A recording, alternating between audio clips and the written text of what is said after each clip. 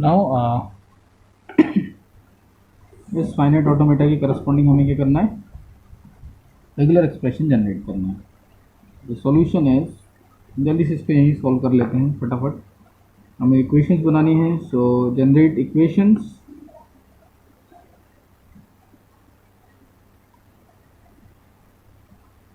Okay, for every state generate equation for every state. So we have q naught state as क्योंकि q naught पर एक ही transition है which is q naught dot 0. This is our first equation. Now q1 की बात हम करें, so q1 पर 1 से और इधर से, so you can say q naught dot 1 plus q1 dot 1. ये दो ट्रांजिशंस हैं. Now Q2 पर अगर हम देखें, so we have Q2 as ये और ये. So Q1 dot 0 plus Q2 dot 0 और 1. मैं इसको ऐसे लिख देता हूँ, Q2 dot 0 plus Q2 dot 1. This is our third equation. अब अगर आप देखें तो यहाँ हमारे पास दो फाइनल स्टेट्स हैं. दैट मीन्स कि हमारे पास जो फाइनल रिजल्ट जनरेट होगा वो दोनों स्टेट्स के करस्पॉन्डिंग जनरेट होगा. तो हमें इन दोनों स्टेट्स के जो फाइनल रिजल्ट है दोनों को हमें क्या करना होगा, बाद में कॉन्कैटिनेट करना होगा. ओके, या सॉरी यही कहें यूनियन करना होगा. सो इन दिस केस ये तो हमारी इक्वेशंस आ गई. अब हमें इसके लिए भी सॉल्यूशन निकालना है, इसके लिए भी सॉल्यूशन निकालना है. अब अगर हम देखें क्यू नॉट, तो क्यू नॉट के लिए तो हम डायरेक्टली सॉल्यूशन निकाल पाएंगे. वो इसलिए क्योंकि यहाँ कोई दूसरी स्टेट नहीं है इसकी इक्वेशन में, सिर्फ क्यू नॉट के लिए क्यू नॉट ही है. तो हम डायरेक्टली आर्डेंस थ्योरम लगा देंगे. क्यू वन स्टेट है, तो क्यू वन के लिए देखें, तो क्यू वन पर हम देख सकते हैं यहाँ सिर्फ एक ही स्टेट है जो बाहर, यानी कि क्यू वन नहीं है, ये क्यू वन के अलावा है, वो है क्यू नॉट. तो अगर हम इसको सॉल्व कर लेते हैं और इसकी वैल्यू को यहाँ रख देंगे, we can easily solve this equation also. हमें इन दोनों के लिए जो सॉल्यूशन निकालना है वो हम ईजिली निकाल सकते हैं. ओके, सो चलिए हम सबसे पहले अब Q, और अगर Q2 की बात करें तो Q2 पर हमें, क्योंकि सॉल्यूशन Q2 एक ऐसी स्टेट है जो कि एक्चुअल में एक डेड स्टेट है. ओके, सो हम इसके लिए सॉल्यूशन नहीं निकालेंगे. नाउ अब अगर हम Q नॉट स्टेट की बात करें, Q नॉट को फ्रॉम इक्वेशन नंबर 1, सबसे पहले हम इक्वेशन नंबर 1 लेते हैं. So Q naught that will be rewritten as epsilon plus Q naught dot 0. Okay, so यहाँ मैंने क्या किया, जहाँ मैंने इसके साथ एप्सिलॉन को ऐड कर दिया, वो इसलिए क्योंकि अगर आप किसी भी रेगुलर एक्सप्रेशन को एप्सिलॉन के साथ ऐड कर लो तो उससे कोई इफेक्ट नहीं पड़ेगा. Okay, now can compare with and say this is fourth equation. So compare fourth equation with Arden's theorem. Compare equation number 4 with Arden's theorem, which is R is equals to Q plus R dot P. तो इस case में होगा क्या, and we can rewrite this one as, आपको हालांकि सिर्फ ये नहीं लिखना है, आपको जो है पूरा स्टेटमेंट लिखना है आर्डेंस थ्योरम का. तो R will be Q P star. अगर हम इसको कंपेयर कर लेते हैं तो कंपैरिजन के अकॉर्डिंग जो हम यहाँ वैल्यू निकालेंगे, that is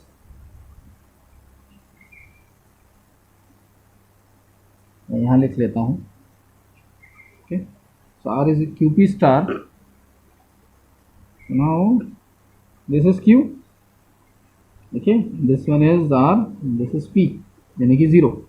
So QP star means Q naught is equals to epsilon 0 star. Okay, ये आ गया. अब अगर मैं इसको कॉन्केटिनेट कर भी लेता हूँ तो एक आइडेंटिटी है जिसे हम बार बार अभी तक देख चुके हैं. epsilon followed by any regular expression or any regular expression followed by epsilon is equals to regular expression. Okay, so we can replace this one by 0 star only. So this will be Q naught is 0 star. ये हमें एक value मिल गई, okay, Q not पर। तो एक हमारा regular expression यहाँ मिल गया। अब हमें Q1 पर सॉल्व करना है। So from equation number 2 put Q not equals to 0 star in equation number, कौन सी, इसको सॉल्व करना है, इसको रिप्लेस करना है। सो this is equation number 2, okay. अब अगर हम Q नॉट को यहाँ रख देते हैं, that will be Q1 which is Q naught यानी कि 0 star followed by 1 plus Q1 dot 1, okay. अब ध्यान दीजिएगा, could be compare it with Arden's theorem. हमें बिना इम्प्रोवाइज किए इसको, क्या हम डायरेक्टली इसको कंपेयर कर सकते हैं आर्डेंस थ्योरम से? तो अगर हम ध्यान से देखें यहाँ पर, so this is state R, this is the regular expression, इसमें कोई स्टेट नहीं है, रेगुलर एक्सप्रेशन है। ये भी क्या है, एक रेगुलर एक्सप्रेशन है। So we can compare it. This is equation number, you can say 5th। Compare equation number 5 with Arden's theorem, okay। So in that case R is equals to Q plus RP, that can be rewritten as R is equals to QP whole star।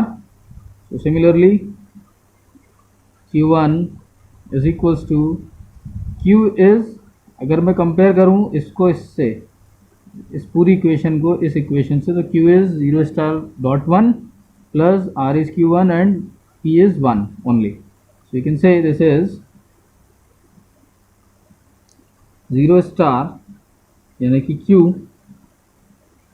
okay, 0 star 1, this is Q followed by P star, okay। So P star is, P is 1, you can say this is P star।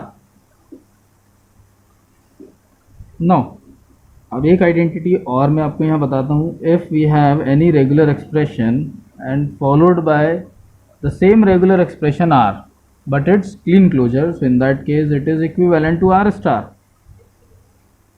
okay, this is equivalent to R star। so you can say this is R, this is R star, ये दोनों मिलाकर कितना हो जाएगा, R star। so you can write it as Q1 which is 0 star followed by 1 star।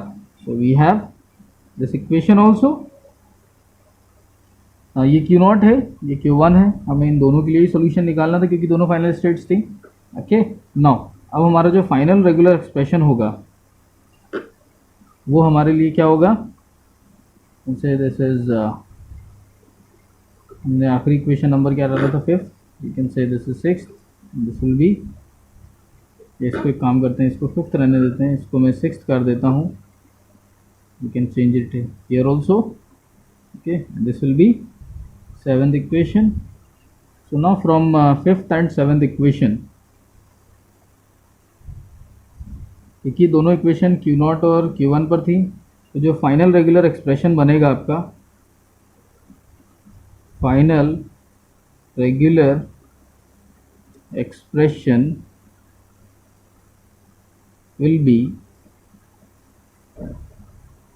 कैसे, जो final states हैं वो क्या हैं,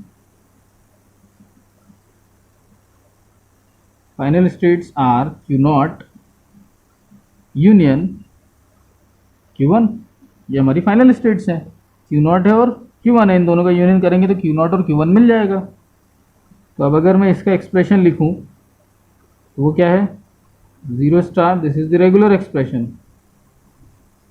अब यूनियन को हम एक्सप्रेशन में प्लस से डिनोट करते हैं। अब Q1 के लिए 0 star followed bye 1 star, okay. Now in दोनों में 0 स्टार कॉमन है, 0 स्टार को कॉमन बाहर निकाल लीजिए। अब चाहें तो इतना ही लिख दीजिए तो भी आंसर सही है, आप चाहें तो इसको और ज़्यादा वो कर सकते हैं इम्प्रोवाइज, तो हम इसको ऑप्टिमाइज कर लेते हैं। 0 स्टार बाहर कॉमन निकल जाएगा, दिस इज एप्सिलॉन इधर, ओके, ये एप्सिलॉन इधर, देन 1 स्टार, कुछ ऐसा हो जाएगा, clear. Okay, now 1 dot sorry, this is one R plus है, ये आर प्लस होता है positive closure, R dot R star is R plus, यानी कि R positive closure not the Kleene closure. Okay, so that will be 1 plus not 1 star. It's my mistake now, I'm correcting it here. This 1 plus यानी कि positive closure. Okay, ये identity है. Now so we can replace it here as this is one positive closure. Okay, and this one is again one positive closure. Now अब अगर हम epsilon को 1 के positive closure में ऐड कर दें तो ये जो सेट टोटल बनेगा वो क्या बन जाएगा, that will be equivalent to 1 star. So we can say this is 0 star followed by that will be now 1 star. Clear है? सो ये जो है हमारा आखिरी सॉल्यूशन आ गया. This is the regular expression. Now thank you.